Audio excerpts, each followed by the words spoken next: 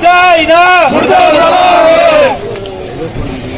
China मुर्दाबाद, China मुर्दाबाद, China मुर्दाबाद, बाइकआउट से बदला लो, वज़ीर आज़म बदला लो, वज़ीर आज़म बदला लो, वज़ीर आज़म बदला लो, वज़ीर आज़म बदला लो, वज़ीर आज़म बदला लो, वज़ीर आज़म बदला लो,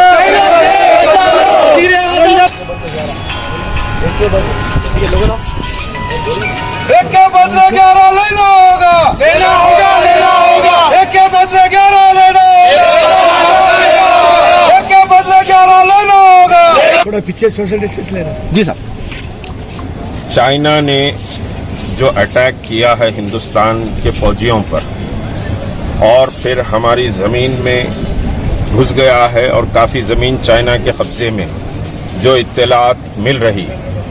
पहले तो हिंदुस्तान की हुकूमत 56 इंच का 56 इंच के सीने वाली हुकूमत को चाहिए कि मुल्क को आगाह करें कि हमारे कितने जवान जख्मी हैं इस वक्त। जो इत्तलात आज आई है और इंटरनेशनल मीडिया ने जो लिखा है, करीब 80 के करीब हमारे जवान इस वक्त जख्मी हैं और 20 समझिए कि डेड बॉडीज हमने वहां से उठाई है।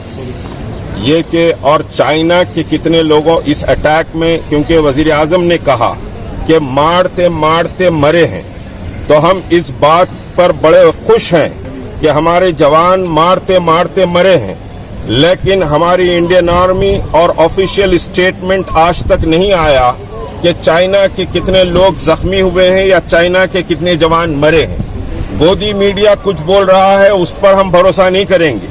ऑफिशियल स्टेटमेंट नहीं आया है और फिर ये हुकूमत सिर्फ हिंदू और मुसलमान करने में माहिर नजर आती है। मुल्क की सरहदें इस हुकूमत के हाथों में महफूज नजर नहीं आती। मुल्क के हमारे जितने पड़ोस हैं वो सारे पड़ोस हमको आंख दिखा रहे हैं, चाहे वो छोटा हो कि बड़ा हो। इस वक्त हिंदुस्तान को आंखें दिखा रहा है। ये बहुत बड़ा फेलियर है। मुल्क की समझिए सॉलिडारिटी और मुल्क की जमीन की हिफाजत अगर हुकूमत नहीं कर सक रही है तो ये हुकूमत नाकाम है और ये हुकूमत सिर्फ हिंदू मुसलमान करने में कामयाब नजर आती है, मुल्क की सरहदों की हिफाजत करने में मुकम्मल नाकाम नजर आती है।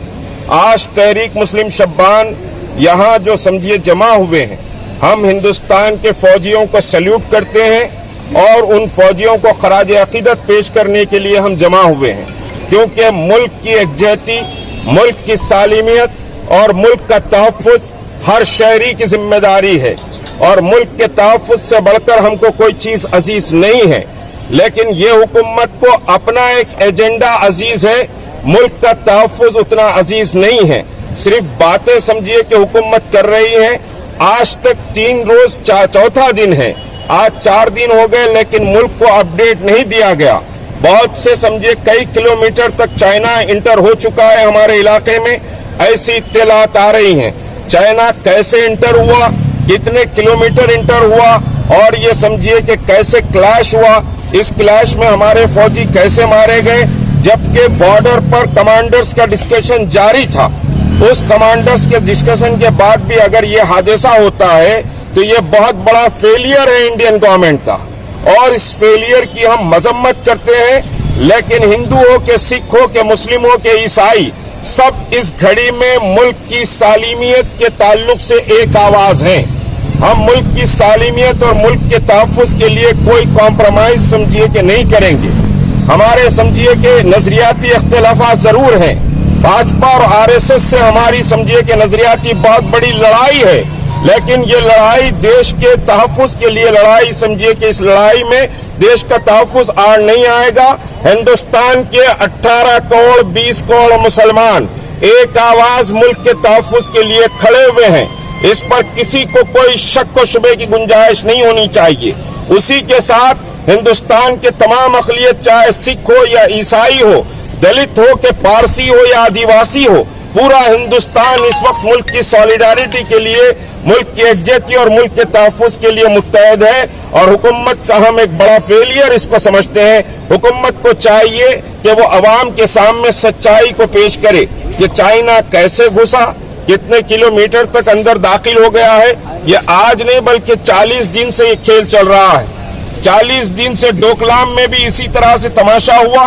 डोकलाम को समझिए 1 इंच भी चाइना डोकलाम से पीछे नहीं हटा, जो इत्तलात हैं। तो डोकलाम का भी मसला ऐसे ही समझिए डाइल्यूट किया गया और आज इतना बड़ा हादसा हो गया।